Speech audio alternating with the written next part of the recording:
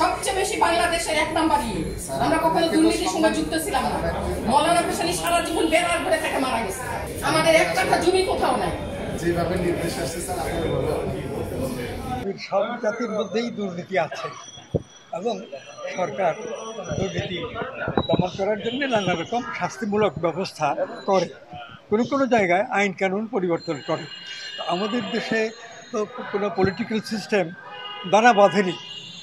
যে দলেরই সরকার গঠিত হোক, সেই সরকার নিজেদের চেয়ার রক্ষা করার জন্য যে শক্তি ব্যয় করে, রাজনীতির জনগণের প্রতি যে দায়িত্ববোধ, সেটার জন্য ততটা সময় ব্যয় করে না। এই অসুস্থ রাজনীতির কারণে দুর্নীতির মাত্রা অনেক বেড়ে যায়।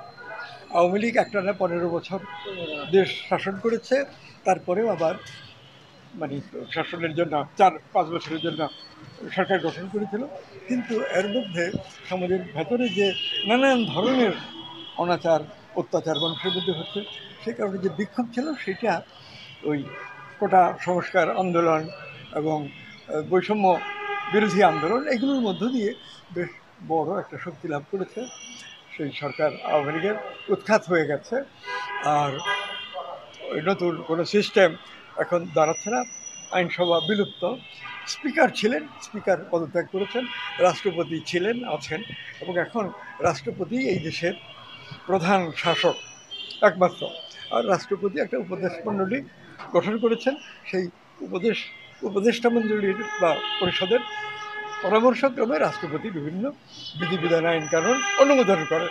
আজকে কেন আসছেন একটু বলেন। জি, প্রিয় দেশবাসী, আমি সাংবাদিক সমাজের মাধ্যমে আমার প্রাণপ্রিয় দেশবাসীকে জানাতে চাই যে বাংলাদেশের 3টি মন্ত্রণালয়ের যে গুরুতর যে 3টি অভিযোগ, যেটা আমরা দুদকের চেয়ারম্যান বরাবরে আমরা সাক্ষাতের মাধ্যমে ওনার কাছে জমা দিয়েছি।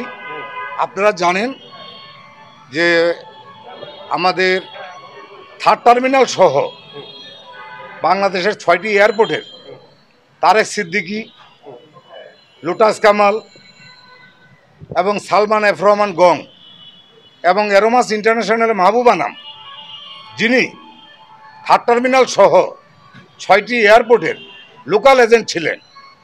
13,000 কোটি টাকার এস্টিমেট, যেখানে বলা হয়েছে জাপানি পাইলিং ছাড়া কেউ পার্টিসিপেট করতে পারবে না, সিপিটিউ রুলসকে ভায়োলেশন করে ফ্যাসিস্ট হাসিনার সরকার সেই 3rd টার্মিনালের টেন্ডার করেছে।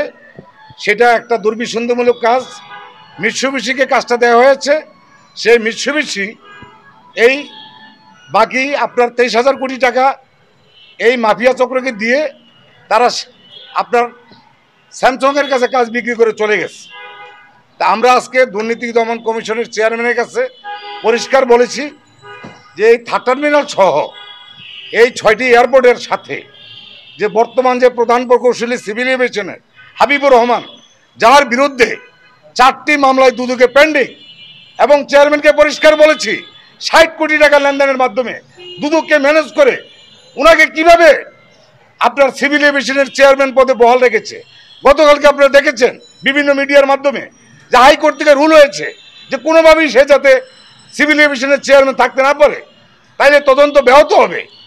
আমি আপনাদের মাধ্যমে প্রিয় দেশবাসীকে বলতে চাই, এই ধরনের করাপ্টেড, এই ধরনের দুর্বৃত্ত মাফিয়া এই হাবিবুর রহমান গং, তারা যদি সিভিল এভিয়েশনের আপনার প্রধান প্রকৌশলীদের দায়িত্বে থাকে, তাহলে যে হাজার হাজার কোটি টাকার যে লোপাটের যে কাহিনী, সেই কাহিনীর মধ্যে আপনার মনে করেন তদন্ত বাধাগ্রস্ত হবে।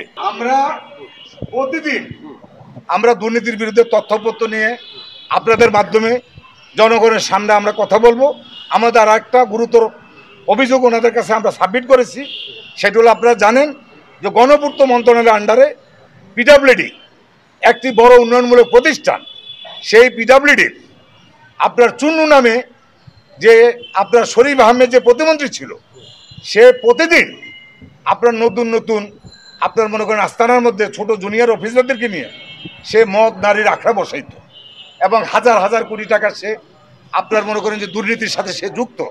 সেই শরীফ আহমেদের যে আপনার ডাইনার ছিল আশরাফুল ইসলাম প্রধান প্রকৌশলী, যিনি আপনার অফিসের মধ্যে মেশিন বসাইছিল এই দুর্নীতির টাকা আপনার গুনার জন্য মেশিন বসাইছিল, সেই আশরাফকে এই দুর্নীতি দমন কমিশন 20 কোটি টাকা খাইয়া তাকে অব্যাহতি দিয়েছে। সেটা আমাদের পরিষ্কার কথা।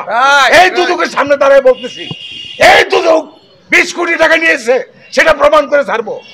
আর শরীফ আহমেদ যে প্রতিমন্ত্রী, যে নাকি আপনার নারী মদ নানা রকমের অপকর্মের মাধ্যমে হাজার হাজার কোটি টাকা এই পিডব্লিউডির মাধ্যমে আপনার দুর্বৃত্তায়ন করছে, সেই শরীফ আহমেদের যে কেশিয়ার জন্য যে আপনার এই পিডব্লিউ ডিভিশন 4 বছর সচিবালয়ের পাশে তাকে ফরিদপুরে ট্রান্সফার করা হয়েছে, তার এই সিদ্ধুশিরের প্রেস এবং তার মনে করেন যে তথ্য আমরা দুদকের কাছে সাবমিট করেছি।